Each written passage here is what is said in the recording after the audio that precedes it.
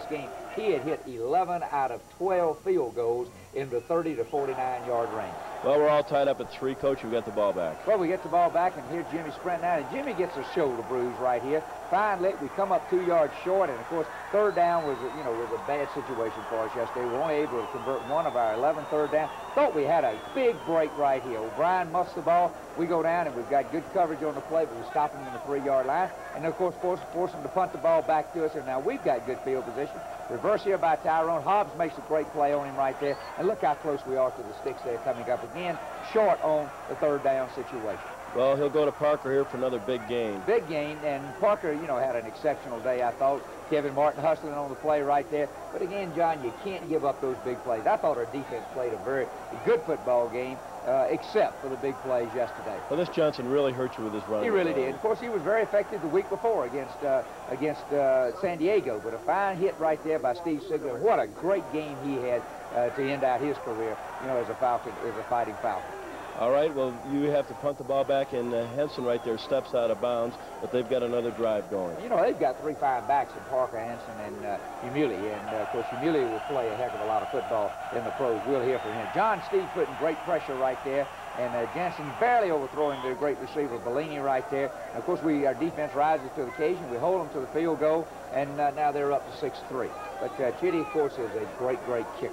Well, you turn the ball over a couple times, and this is what's really going to hurt you in the second quarter. Well, it sure is. Boy, we have a bad string of luck right here, and we go with our freshman, Dallas, and boy, John, he's going to be a good football player. He's just a freshman. He just needs game experience, but boy, he's got the God-given talents and the abilities to do. But we give the ball to BYU in such great field position.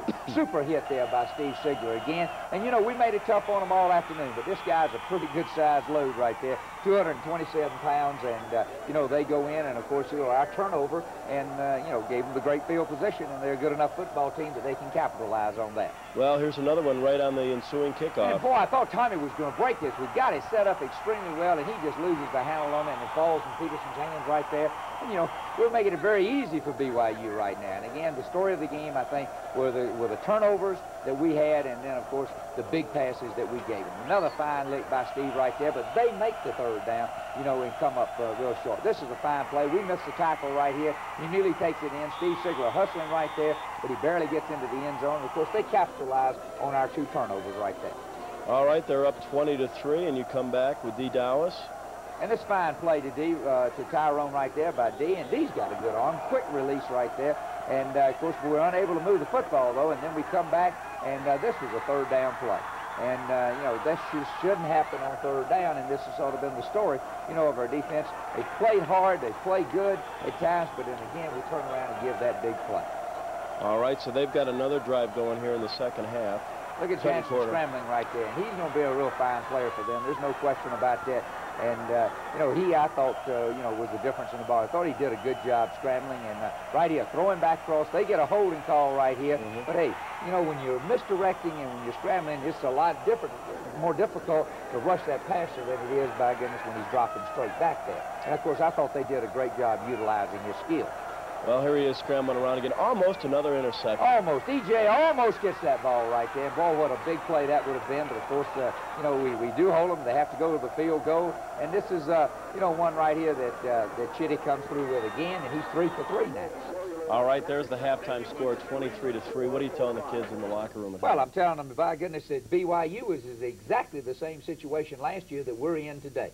The score, if you remember last year in our ball game over in Provo, was 21-7. And by goodness, BYU came back and did what they had to do to win the football game, and that's have a big play. Unfortunately, John, we just could not get the big play yesterday, and really toward the latter part of the season here, we haven't been able to get the big play. But if you remember, they returned a punt against us over there, to get their momentum started, to get the game swinging in their opposite direction. Then they came up with a couple of big pass plays. And that's what I felt we had to do going into the second half of the ball game. All right, let's go back out to Falcons Stadium and take a look at the third and fourth quarters of Saturday's game. Now, you're going to get the ball right back. Well, they of course, have to kick off to us. We exercise our option, but Tommy leaves the wedge right here.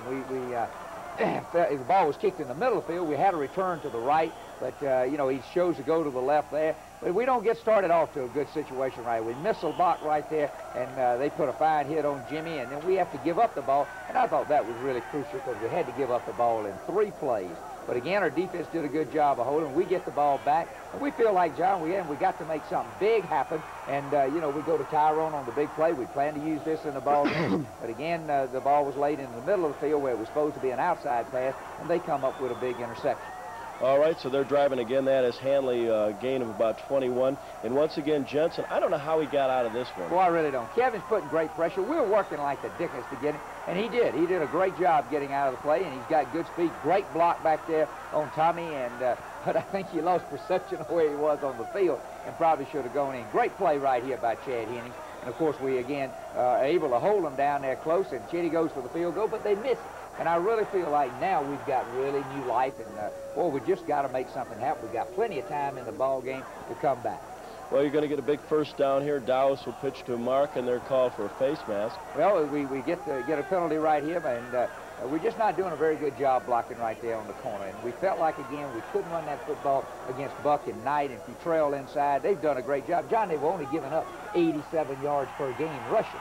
So we felt we had to get the ball on the corner just like that right there, but we were consistently not able to do it. The linebackers ran good from the inside out, and that's their linebacker right there, Hobbs, and throwing D around a little bit. And, you know, he's learning a lot about college football here early in his freshman year. I couldn't believe how fast, and here they go with a nice play, how fast they were. Well, this was Henley, and, of course, you know, they play with a little more intensity this week than they did against San Diego out there last week. But, you know, we missed the tackle right there, and they come up with a good play. This young man, you know, he's a senior, thank goodness. But I don't know where he's been because he is really a fine football player, and I was really concerned about him going in the game, and that's Parker, their fine running back. We begin the fourth quarter with a big play. Hey, boy, big play, and I just felt all day we were going to get one of these. And Kevin Martin has just done such a super job, you know, in special teams and of course, doing a great job for us as the Okie backer this year in our defense. Fine run here by Robbie Krause, and, you know, we felt like we had to get some misdirection. We were able to run there inside, but, again, we were not able, again, to sustain a drive, and we've got to give up the football, and we punt. And, of course, now they're coming back. This is a misdirection here by Hugh Muley. And still and you twisting. see, he's a pretty powerful young man, 227 pounds. We're not doing a real great job, you know, of going in and really wrapping up. And we're catching a little bit. But, boy, I thought this was a great goal line stand. And we, you know, our tempers are getting a little short there toward the latter part of the game. But watch this play here by Brady Glick and by Stacy Knudsen right there. And, you know, that shows that our guys never did give up, boy. And I'm telling you one thing, that was a fine goal line stand. No scoring in the second half. Here you get the ball back again. Fine play by D. And, you know, Frank Martini comes up and takes the ball. D throws the ball down the line extremely well right here. Another fine throw to Tyrone. But, again, look how short we are. All right, and here we are again. D. Dowse handing up the middle to Johnny Smith. And, you know, it's pretty tough to run up inside there, but Johnny's giving tremendous effort. We're utilizing D's speed to the outside right here. He keeps the ball. Watch him take off right there. And, again, they reach in behind him, grab his arm right there, and we lose the ball. And that's, you know, 4 turnovers in the game yesterday. And, of course, like I say, I think the story of the game was turnovers and our inability to stop their big play. I know, Coach, after the game you said it was a good season. It wasn't a great season. You got to look at it positively. You're going out recruiting already. You better believe it. I'm leaving early Sunday morning, and, you know, we feel like that, you know, this is the most important time of the year in our football program because we had a great recruiting year last year. We know we've got some good young football players. We had some good young football players that were hurt this year that would have probably played some football for us as a freshman, but we know it's very, very important to have a back-to-back good recruiting year. And, you know, we feel like the Falcon football, you know, is on good foundation. And we've got some good young players in our program, and we just can't wait to get out there this spring. And you know, that's where the football team is made in the spring, John. All right, Coach. Well, when we come back, we're going to have our regular weekly features. We'll have that and a lot more right after this. It was great to see Jack Holton down on the sideline Saturday. Boy, it really is, John, and praise the Lord, he's doing so well, and Jack's such a competitor, and he's missed it so much, and I'll tell you one thing, we have really missed him. But our student managers, you know, they're just as important as any football player, as important as any coach we got, and we appreciate them so doggone much, and nobody knows the tremendous amount of time that they have to put in, but they really enjoy being a part of Falcon football. All right, here's Lee Douglas with a look at the Air Force Falcon managers. And all the moms know this is a group of hard-working guys. the 20-some cadet managers on the Air Force football team, headed by Pete Hart, who is somewhere in the middle of all that mess.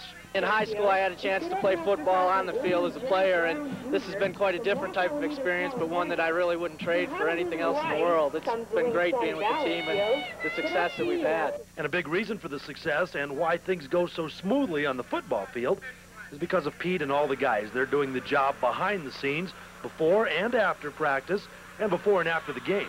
Well, during the week, we assist the coaching staff in running practice, keeping them on schedule, what they have drawn up in the way of what they want to get through just, in a regular daily practice, setting up, the field, cleaning up. Then on game days or Thursdays prior to a game week, we get the team packed up, ready to go. Then we set up the locker room once we get there, and then, of course, clean up when we come home. It takes a few extra hours compared to what the team's doing. Well, what a thrill it was for Pete and the managers to see this man back at the game on Saturday.